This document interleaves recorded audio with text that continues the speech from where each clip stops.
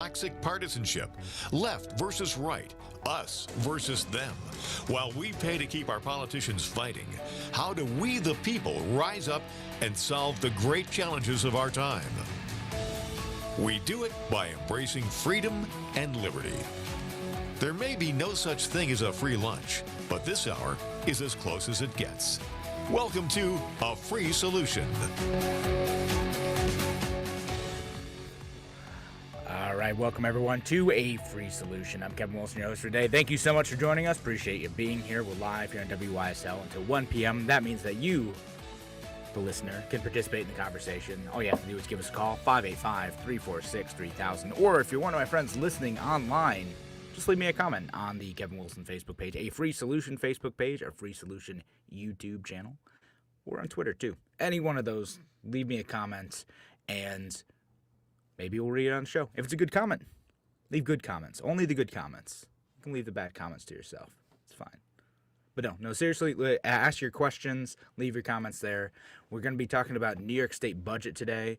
And shout out to the listeners down the line as well over at WACK out in Newark and WENY, the Patriot, down in the southern tier. But before I dive into the budget a little bit more, I want to go on a small rant about the media. I don't usually go on, big rants about mainstream media bias and whatever. It's been done so much. I kind of feel like it's a given, right? Like I expect mainstream media outlets to have a bit of a bias. I expect them oftentimes to carry what is essentially state propaganda. I expect them to, not lie, just not always tell the full story. Right. And that's why shows like this exist, because we have, an hour once a day, 5 days a week to talk about all the stuff that the mainstream media misses. And I'm going to talk about a story related to Florida, but what made me think I need to talk about this today is actually seeing a story about the New York State budget. The number one search result when you Google New York State budget is a New York Times headline that says New York reaches deal on $212 billion budget to jumpstart recovery. This is an editorialized headline. This is supposed to be objective news from the New York Times. Again, I don't expect the New York Times to be fair and unbiased all the times. It's the New York Times. If you don't know where the New York Times is right now, like, you haven't been paying attention for the last 30 years. They are what they are. But could they at least not put in the state line that this is about jumpstarting the recovery? No, just say what the news is. Say what it is. You don't need to editorialize. You don't need to. Let me do that. I'm here to editorialize. I'm not an actual news outlet. I am a guy who is entertaining you and informing you at the same time. That's what I do. And it drives me nuts to see all of these. The New York Times, which should have some level of respectability in theory. I know they don't, but in theory they should. Instead of giving these headlines that fit right into the propaganda of the Cuomo administration, just say what the thing is. Don't give the media spin right in there for the governor. Don't do his job for him. Why are we don't need to be nice to Governor Cuomo. I thought he was canceled. Can we cancel him? My goodness. And in some of these other news outlets too, when they're reporting on the budget, again, they're reporting this as not from a critical eye, but as the governor wants to portray it.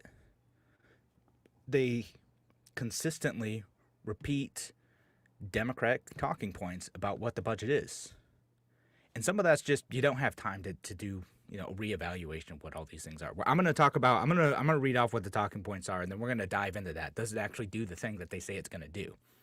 Instead, I feel like I'm getting propaganda from so many news outlets who are just lazily repeating whatever the governor or the Assembly Speaker or the Senate Democratic Majority Leader are saying.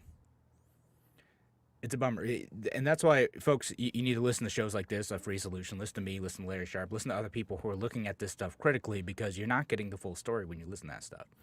And this whole thing reminded me of another story that's going on in Florida. And I only mentioned it on this show because it was so egregious, it's almost funny. And it's related to the Florida governor, Ron DeSantis. And I'm going to tie it back to New York in a second. Don't worry, I'll get back here. But down in Florida, 60 Minutes was doing a story on Ron DeSantis, the Republican governor down there. I don't always like the guy. There's a lot of stuff I disagree with.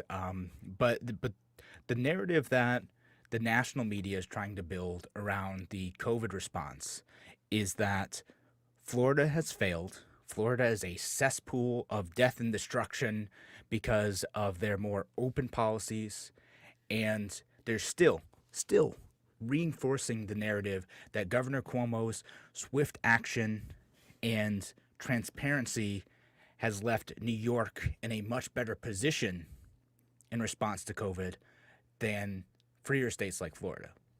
When you look at the data, though, that's not what happened. That's not at all what happened. We did a whole show on this a week ago. It's pretty much the same. Like, there's not a huge difference. In New York State, despite the fact that we've had all these arbitrary and ridiculous and frustrating restrictions, we didn't end up really any better than states like Florida, which had far fewer of those restrictions. But the mainstream media, national media, they're trying to reinforce that narrative. And one of the ways that they did that is they were covering this press conference that Ron DeSantis did. And one of the 60 Minutes reporters asked a question. Basically, was Ron DeSantis participating in pay-to-play when he had COVID vaccines distributed through Publix? You know, Publix is a huge grocery chain down there. And originally, I'm from southern Georgia, just north of Florida. So Publix is a big deal down there. It's kind of like they treat it like we treat like Wegmans in the western New York area. And so Publix is all over the place down there. And they showed just a clip of his answer. He ended up giving like a 3-minute answer, but they showed him just getting defensive, being like, that's a fake narrative. You guys are making that up. He was getting mad because they were asking him about, pay to play a couple of times, and he felt that he had answered that question appropriately. All they showed in the 60 Minutes interview is him getting defensive and denying what it was. But what he actually did is he gave a long and pretty substantial explanation of what that was, and basically just said that, well, he had originally had the state distribute vaccines through, I think, CVS and another pharmacy. They're focused on seniors down there. And he had reached out to retail stores with a large footprint. They have a lot of stores so people can access them easily. He had looked at Walmart, another store, and Publix. Publix was the only one that was ready to go. And so they partnered with them. And they had volunteered to be a distribution site for people to easily get the vaccine because it made sense. And this was something that Democratic county health commissioners and mayors and things like that had asked for too, because again, it's one of those stores that's all over the place and people can access it easily. So they had asked, yeah, please distribute it through these stores because they're everywhere. All that explanation got cut out.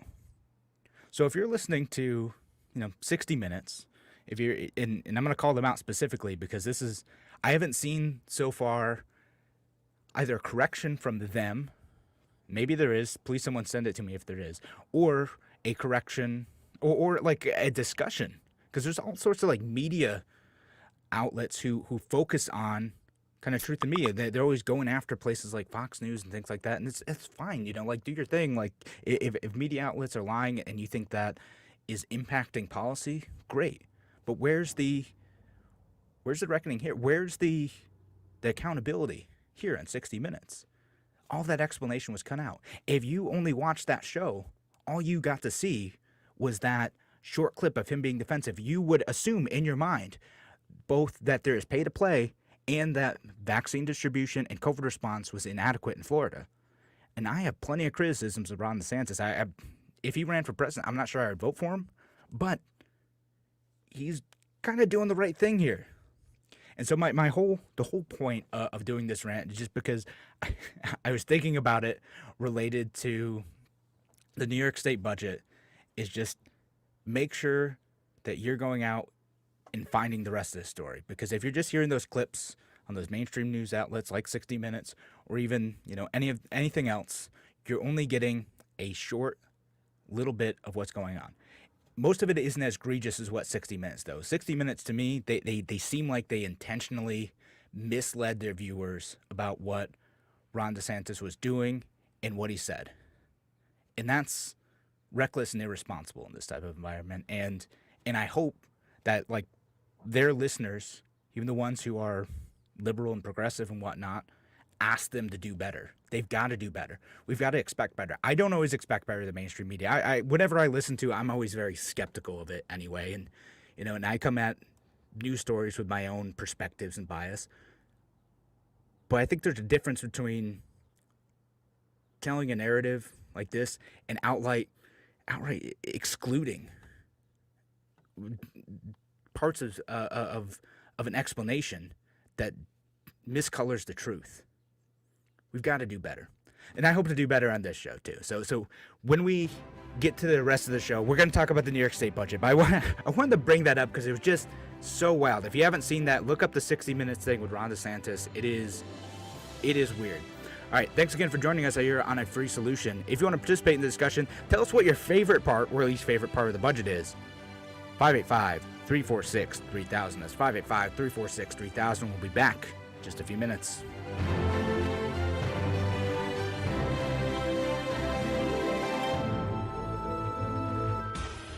Your business relies on computers and technology to operate. Slow, unreliable networks and servers can cause unplanned downtime and affect your bottom line. The experts at Simple Tech Innovations are here to help. Their preventative maintenance program ensures that your computers and network are kept up to date and monitored for any issues, keeping your business running smoothly. They also help clients achieve HIPAA, PCI, and New York State cybersecurity compliance to keep your network safe and secure. Whatever your business IT needs are, Simple Tech Innovations should be your first call. They've won the Best in Rochester 8 years in a row and have an A+ Better Business Bureau rating. Call them today for a free consultation at 585-200-3182. That's 585-200-3182. Simple Tech Innovations.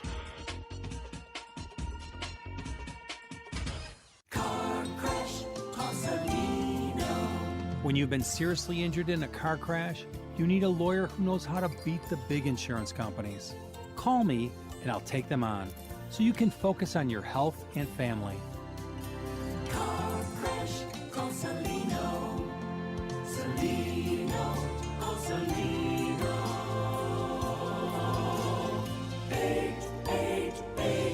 888-2020. Main Street, Rochester. A message from the National Police Association. It used to be that any able-bodied person would offer to assist a police officer in danger.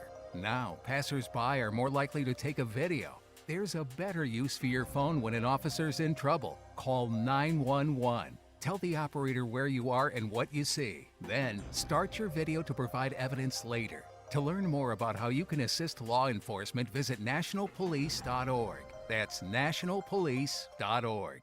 Why do businesses choose to move their website from Wix and Squarespace to Simple Tech Innovations? Maybe it's their excellent customer service or attention to detail. Maybe it's their ability to give a truly customized solution. Or perhaps they just like the fact that Simple Tech is a local small business that builds great relationships with its clients. Whatever the reason may be, you can rest assured knowing that the local team at Simple Tech has your best interest in mind when building or updating your website. They're hands-on and love helping customers achieve their goals. But don't take my word for it. They've won the Best in Rochester 8 years in a row and have an A+ Better Business Bureau rating. If your website doesn't match your dreams or isn't achieving your goals, give the professionals at Simple Tech Innovations a call today for a consultation at 585-200-3182. That's 585-200-3182.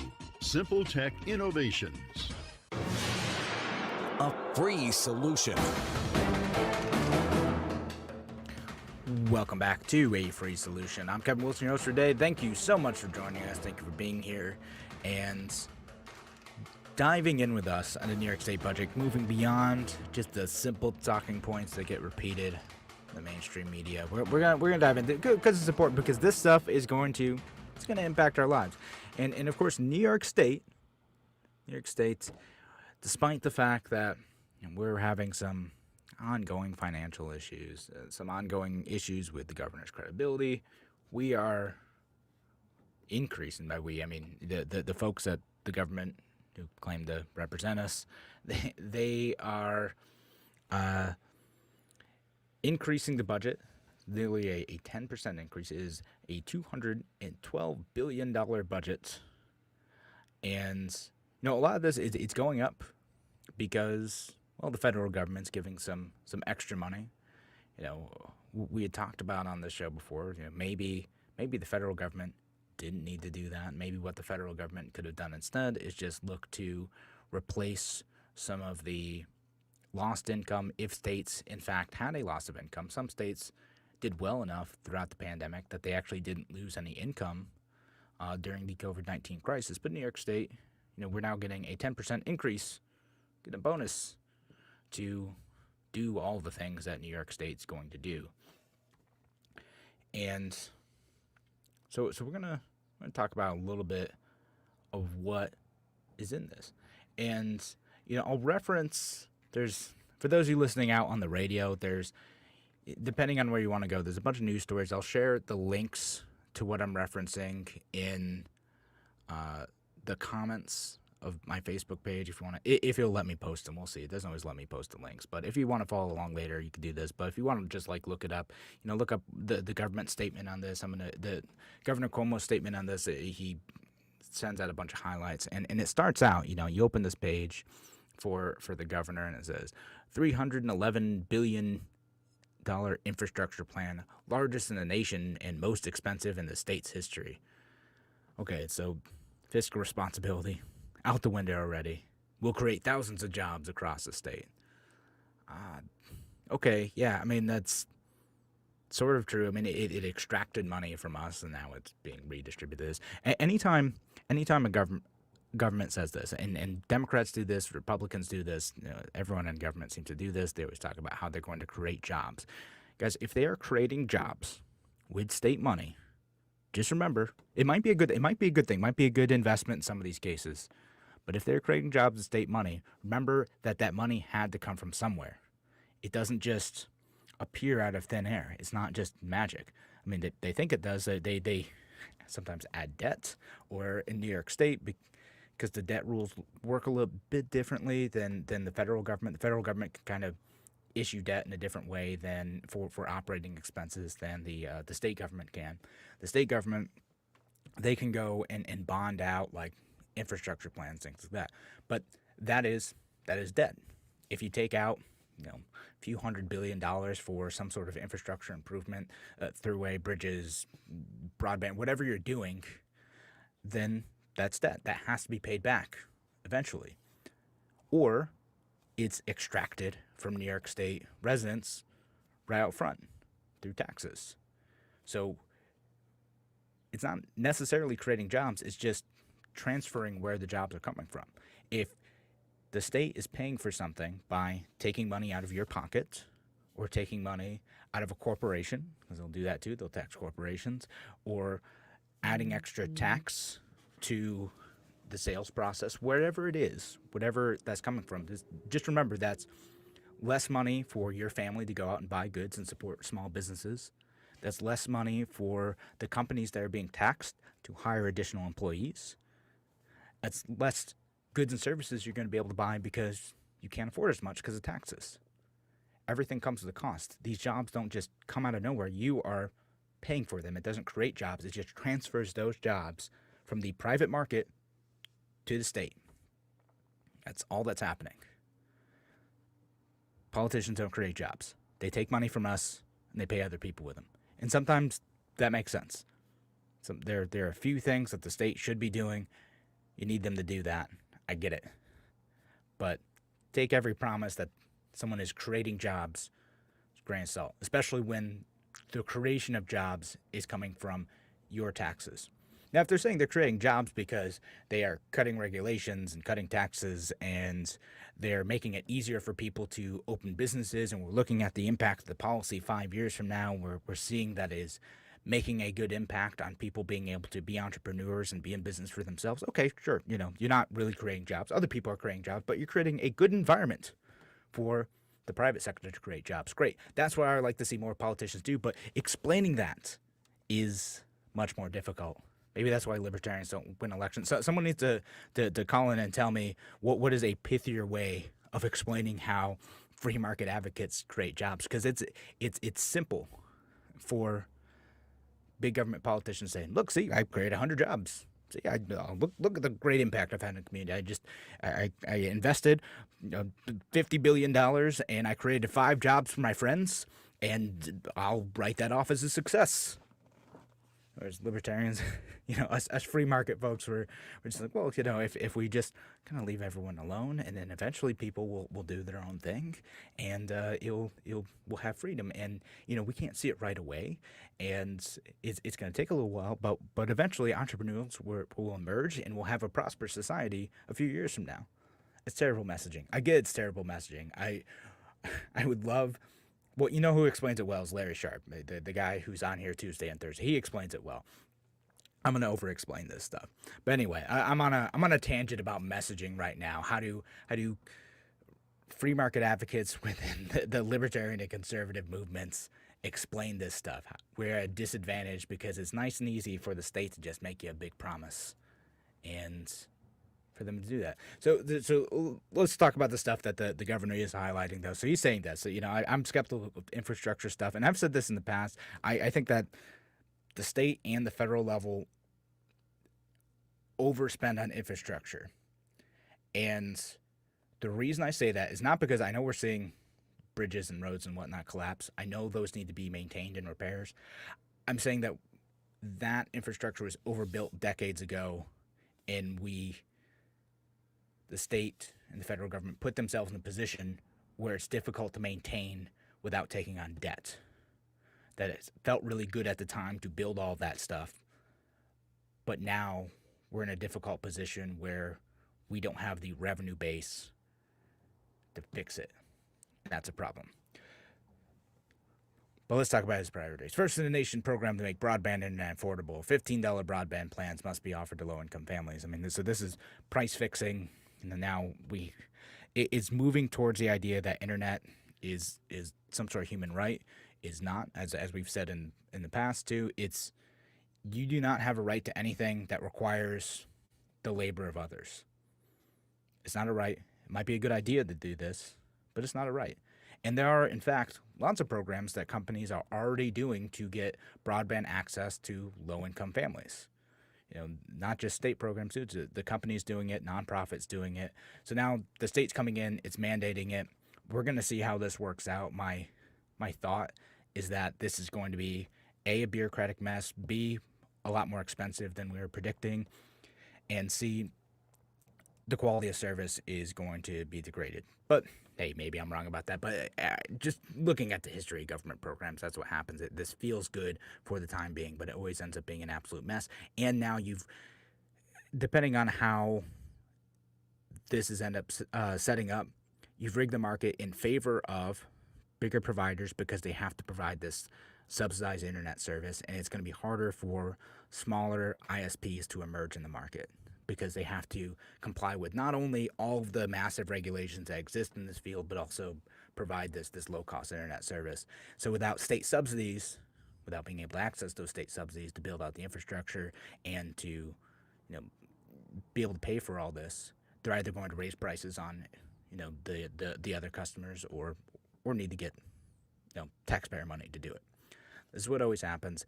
It sounds nice. It sounds great. We all want to make sure everyone has internet because, I rely on the internet to do my job, but I have to pay for it. Someone has to pay for this. This isn't free.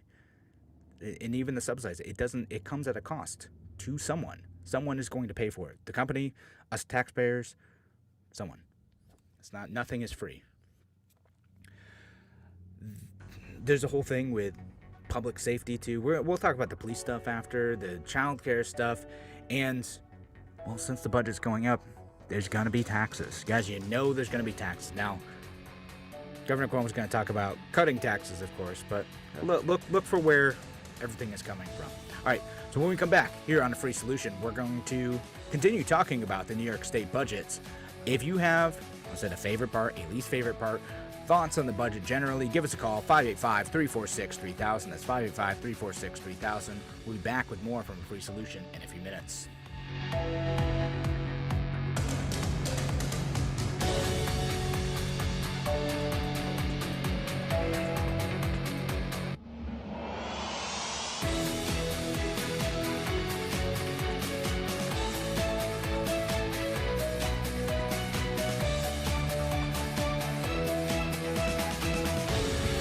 Don't be muzzled. AM 1040 Avon Rochester, FM 92.1 Rochester, and FM 95.5 Spencerport. Here's the latest forecast from the News 10 NBC Weather Center. Tonight into tomorrow, temperatures dip into the mid-40s. Clear skies overnight, plenty of sunshine and dry conditions on Thursday. Temperatures will be in the mid to upper 70s for the high. Remaining dry, that's going to be Thursday night into early Friday. Then Friday, a few sun showers can be expected by the afternoon.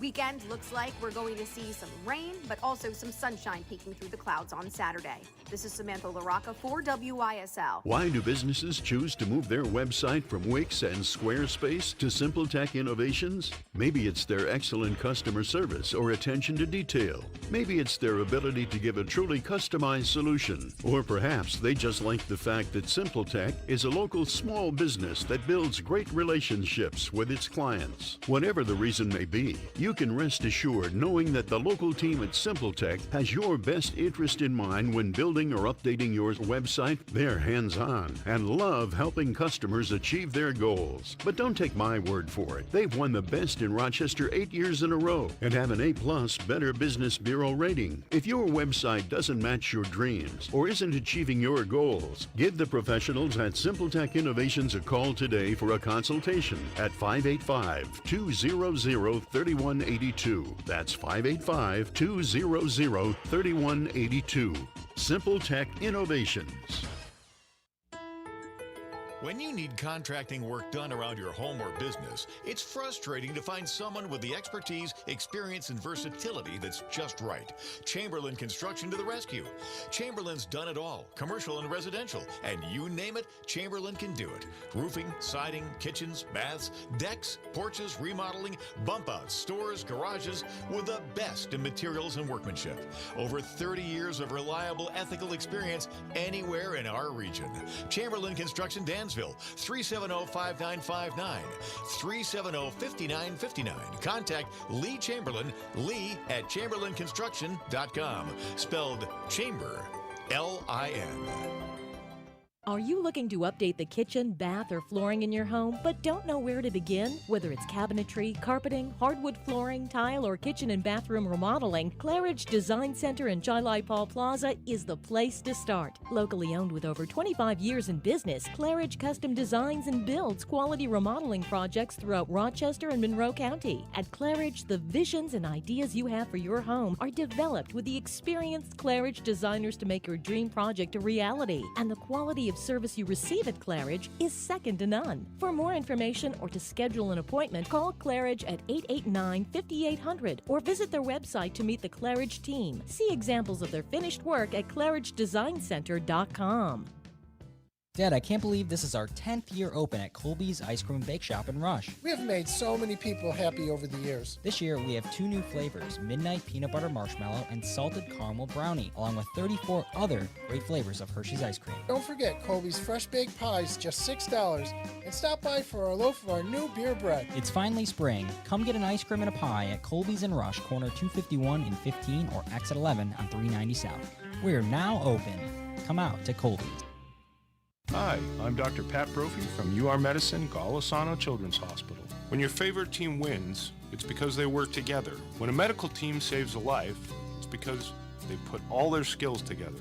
That's why Golisano Children's Hospital is so dedicated to creating a healthy community. It will give kids in the region access to advanced care, help us do groundbreaking research, and provide top-notch training to the next generation of pediatricians. You can help us do this, so please give to Golisano Children's Hospital. Eyes in Rochester is a full-service ophthalmology office, and we specialize in general ophthalmology, taking care of people from childhood to adult and seniors. We do general eye exams. We specialize in cataract surgery, corneal surgery, and disease, as well as LASIK surgery.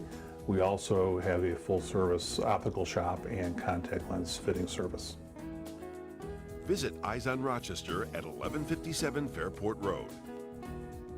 Smith Lumber and Hardware Center in Lakeville offers Tommy Docks, designed to be the highest quality, most user-friendly do-it-yourself dock system on the planet. Tommy Docks' patented hardware design delivers strength and superior stability to your dock. The system is completely modular, creating a multitude of different dock layout configurations. Whether standard dock design or custom setup, the Tommy Docks system makes doing it yourself easy. Available at Smith Lumber and Hardware Center, Route 20A in Lakeville. Order now and get your dock in early.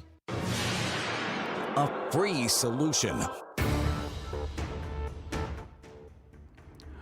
Welcome back to A Free Solution. I'm Kevin Wilson, your host today. Thank you so much for joining us.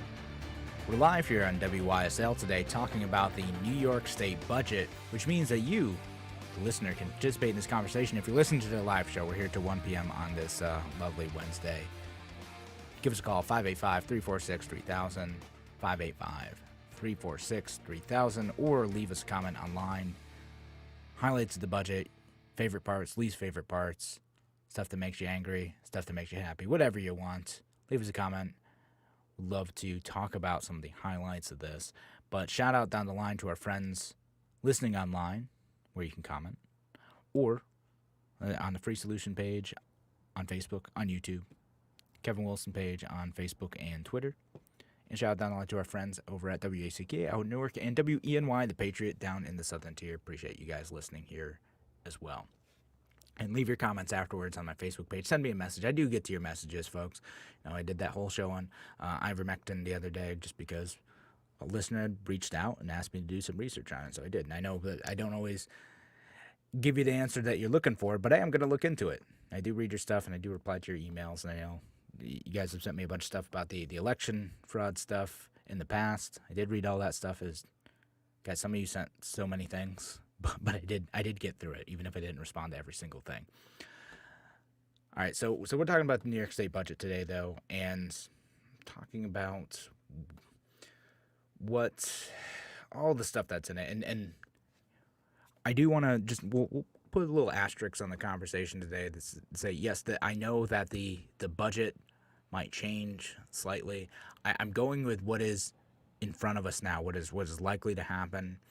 I imagine that at least my state senator she's probably not going to agree with my position on this, and is probably going to want to spend more on New York State. I know that I think my senator is one of the folks who wants to spend more money on undocumented workers and other people, the quote excluded workers. Maybe I'll get to that before the end of the show, but it would be wonderful if the good folks at the New York State Senate and in the New York State Assembly would exercise just a teeny tiny little bit of fiscal responsibility. But we're not going to get that, folks. So what are they going to do? Well, they're going to hose the rich.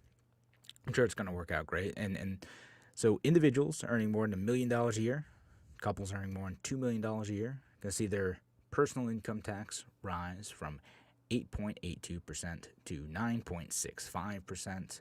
There's also new tax brackets for tax income over $5 million, 10.3%, and over $25 million, 10.9%. And all of these are in effect until 2027.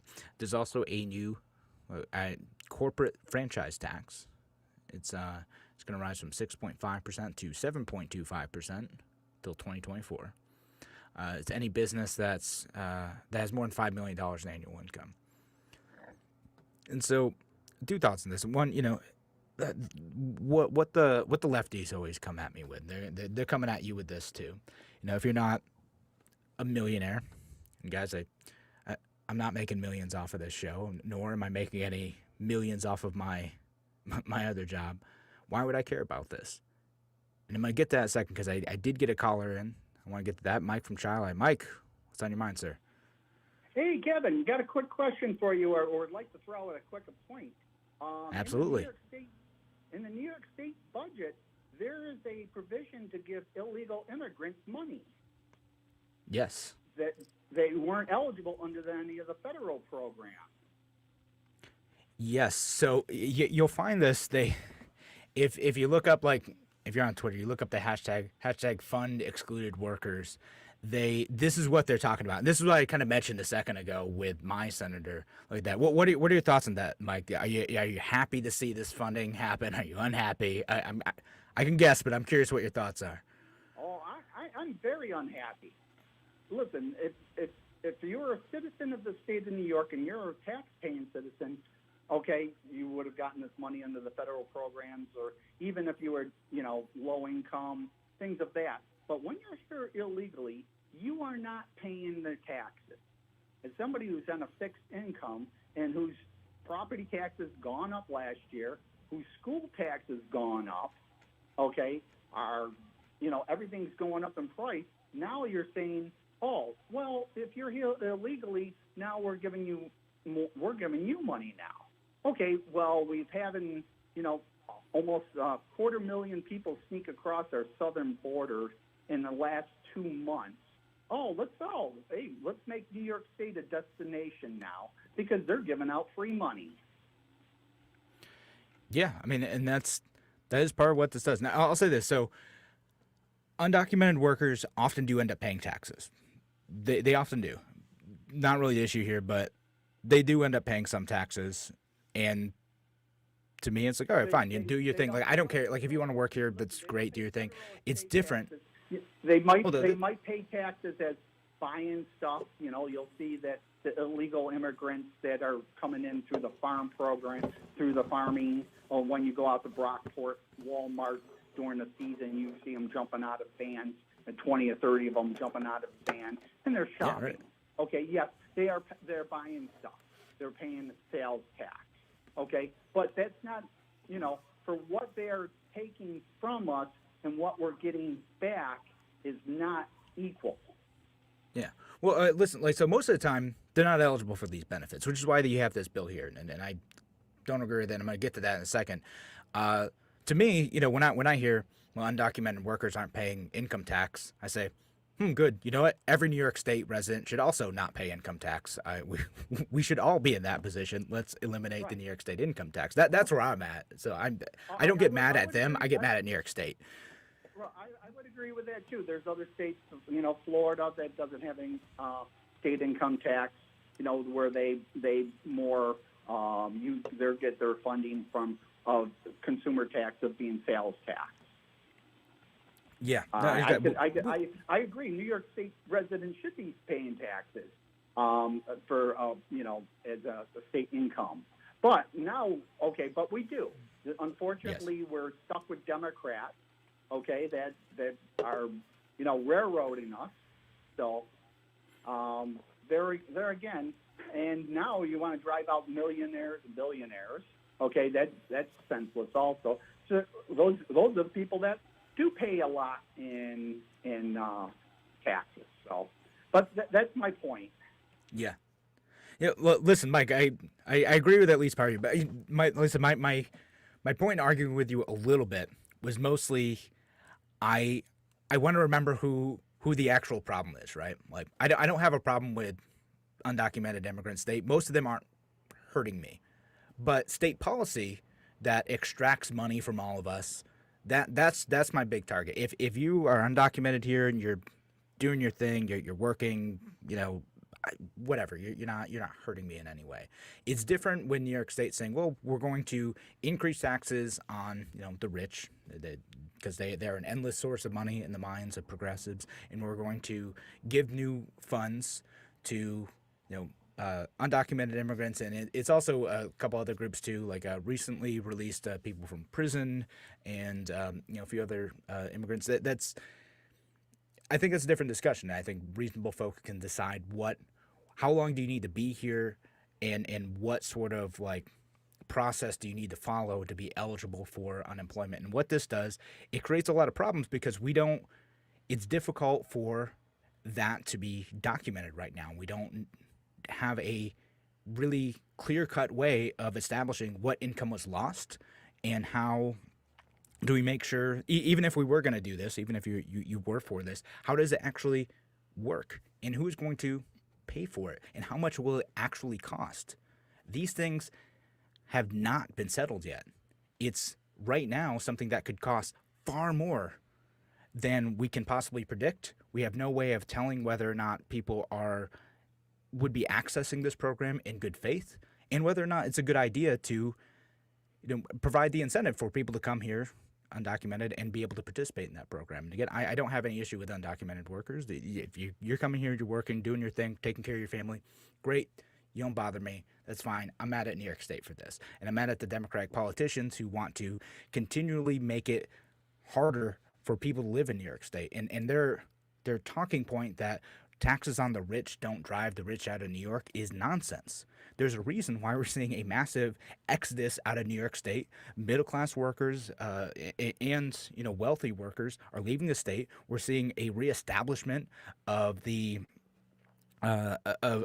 stock markets in other cities around the world. It is driving people out of New York State. Eventually, the bill's going to come due. Eventually, we're not going to be able to sustain this anymore, and we're going to see a massive financial collapse in our state. There is not an unlimited fund. So Mike from Chi-Life, thank you so much for your call. Appreciate your weighing in with your opinion. And if you, other listeners, have thoughts on the New York State budget and other stuff in here, give us a call, 585-346-3000. That's 585-346-3000. We're going to be back in just a few minutes. Why do businesses choose to move their website from Wix and Squarespace to SimpleTech Innovations? Maybe it's their excellent customer service or attention to detail. Maybe it's their ability to give a truly customized solution. Or perhaps they just like the fact that SimpleTech is a local small business that builds great relationships with its clients. Whatever the reason may be, you can rest assured knowing that the local team at SimpleTech has your best interest in mind when building or updating your website. They're hands-on and love helping customers achieve their goals. But don't take my word for it. They've won the best in Rochester 8 years in a row and have an A+ Better Business Bureau rating. If your website doesn't match your dreams or isn't achieving your goals, give the professionals at SimpleTech Innovations a call today for a consultation at 585-200-3182. That's 585-200-3182. SimpleTech Innovations. Hi, my name is Ryan Bourne. And I'm Danica Bourne. And we're the owners of South Coast Tax. We would like to thank our Lord for protecting us from evil. Psalm 91 states, "He is my refuge and my fortress, for he will rescue us from every trap and protect us from deadly disease." South Coast Tax are Christian-based tax accountants and attorneys who specialize in releasing bank levies, wage garnishments, and filing complex tax returns. We are the leaders in acceptance of offers and compromise with awesome results. We are also a small firm who will treat you like family and not just a number. Call us today at 1-800-TAX-1176 for a free consultation, and we'll take the time to explain all of the programs that you qualify for in order to allow you a fresh start. In John 8:36, so if the Son sets you free, you will be free indeed. And one way we can achieve that is by being debt-free. So let us help you today. Call us at 1-800-TAX-1176, and together we can help achieve this goal by putting the IRS tax debt behind you for good. Again, that number is 1-800-TAX-1176. Your business relies on computers and technology to operate. Slow, unreliable networks and servers can cause unplanned downtime and affect your bottom line. The experts at SimpleTech Innovations are here to help. Their preventative maintenance program ensures that your computers and network are kept up to date and monitored for any issues, keeping your business running smoothly. They also help clients achieve HIPAA, PCI, and New York State cybersecurity compliance to keep your network safe and secure. Whatever your business IT needs are, SimpleTech Innovations should be your first call. They've won the best in Rochester 8 years in a row and have an A+ Better Business Bureau rating. Call them today for a free consultation at 585-200-3182. That's 585-200-3182. SimpleTech Innovations.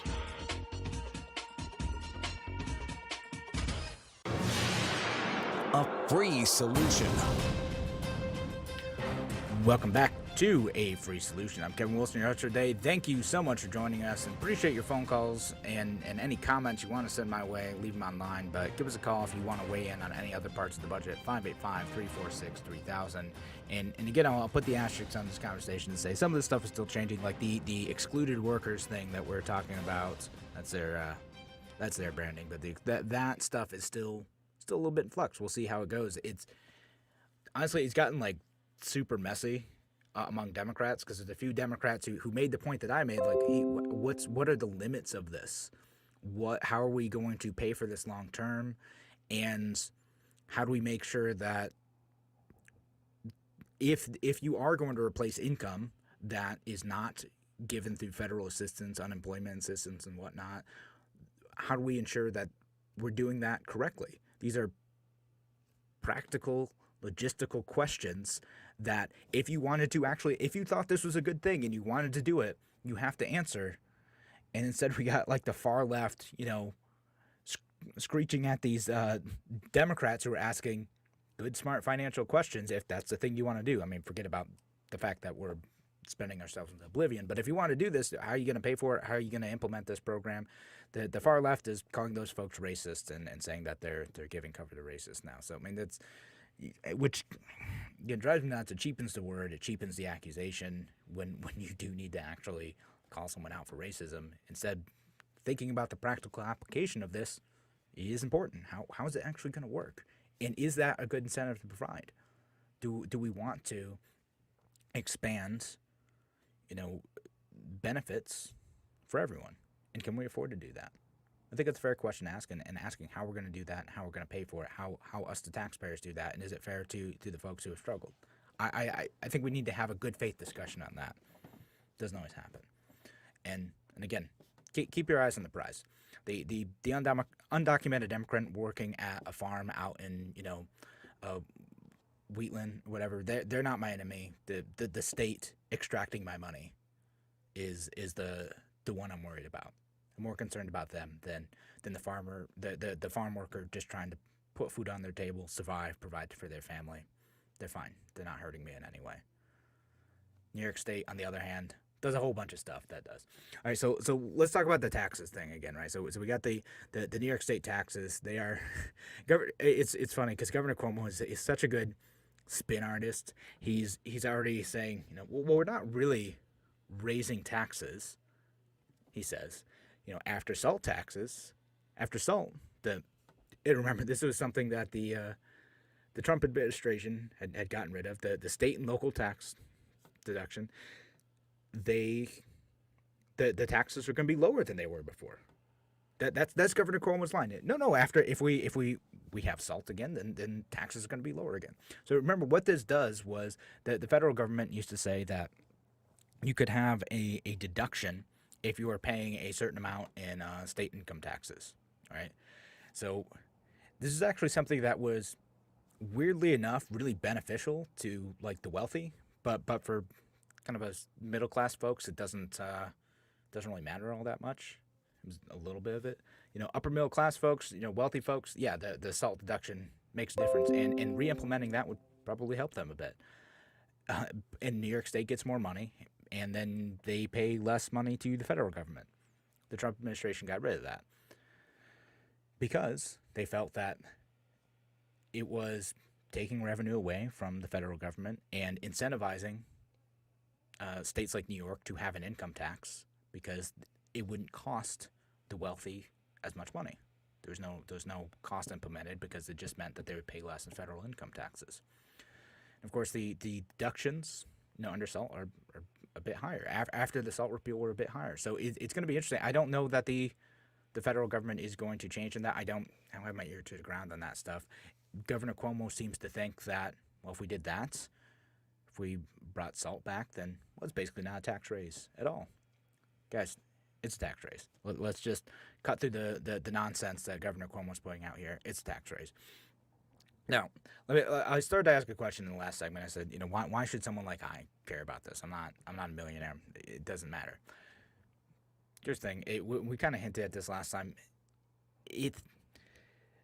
At a certain point, New York State is driving out the wealthy residents. New York State thinks that it can continually go after wealthy residents here and that no one will move. They think that the value, particularly of New York City, and the other cities maybe a little bit too, is so high that most people aren't going to want to pick up their life and leave because there's still so much economic activity taking place in New York.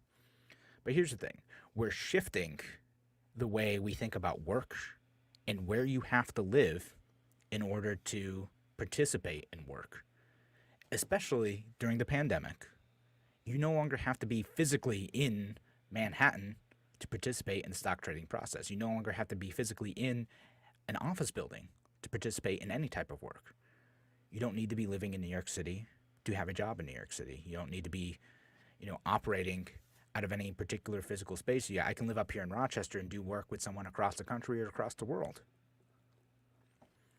Given the new paradigm, given how we're rethinking the nature of work, it provides a lot more incentive for talent to leave. Why shouldn't I go down to Florida where there's no income tax down there and it's warmer?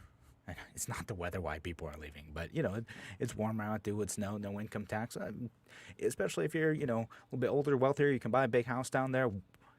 It starts to look a lot more attractive, especially when you don't need to physically be in an office to do your job anymore. We have seen over the last year, it's not the case for a lot of these jobs. You lose some of that face-to-face interaction. I get that, but you could just fly up to New York. You can make your residence in Florida, not have the income tax thing. New York State's going to find ways to get around that. They're going to say, well, if you're doing any sort of business in New York, you got to pay the tax man. They're going to extract their piece, but they're going to have to start to get more creative at this because eventually folks are going to leave. And that's what ends up happening with tax rates at every level of government, is that there's a certain point where you start to raise taxes and revenue ends up going down because people find new creative ways of avoiding it, which can be leaving, or they have special exemptions and breaks that end up getting written into this legislation. So you're only paying a lot more in taxes if you're a sucker and you don't have a good accountant to get around that stuff for you. So at a certain level of being wealthy, that's what that looks like. Now, what'll end up happening is that New York State will start to see this drop in revenue. And even though they're talking about lowering taxes for the middle class and whatnot now, it's going to come back on us. They're going to find new ways of doing it. And it's not always through the New York State budget, too. What New York State does is that they will start to just change how they either refund county and town governments or, just find new mandates. That's what they do. They can kind of talk out of both sides of their mouth here. They'll just say, well, we're going to have the county administer this program, and we're going to make the counties the bad guys because we're going to mandate that they do it and then just make them raise taxes on you. So New York State isn't raising taxes on you. It's your county. If you're mad at the county, then elect someone else there. But us New York State folks, we're not the bad guys. That's how this is going to go down, is they're just going to shift the burden to someone else. And ultimately, the burden is always shifted on you. Like, let's keep our eye on the ball here. You ultimately pay for all of this stuff. And it is going to be a problem when people of means decide that enough is enough. A lot of people have already decided, from every class of individual, that enough is enough and have left New York State in droves. Eventually, it's just not going to be worth it anymore. And that's what we're going to see with this budget. I know I'm running out. I barely got to anything in the budget. We're gonna have to do another day on the budget. Maybe we'll have someone else to talk about it too. But with New York State, if this budget gets passed the way it is, there is so much in here, so much spending. We need to ask our New York State Assembly and our Senate to start being responsible, or maybe elect people who are going to actually do that, and not just pull a leg. All right, thanks again for joining us here on The Free Solution. I will be back on Friday. Larry Sharp is in tomorrow. Make sure you listen in here on A Free Solution. We'll be back. Talk to you then.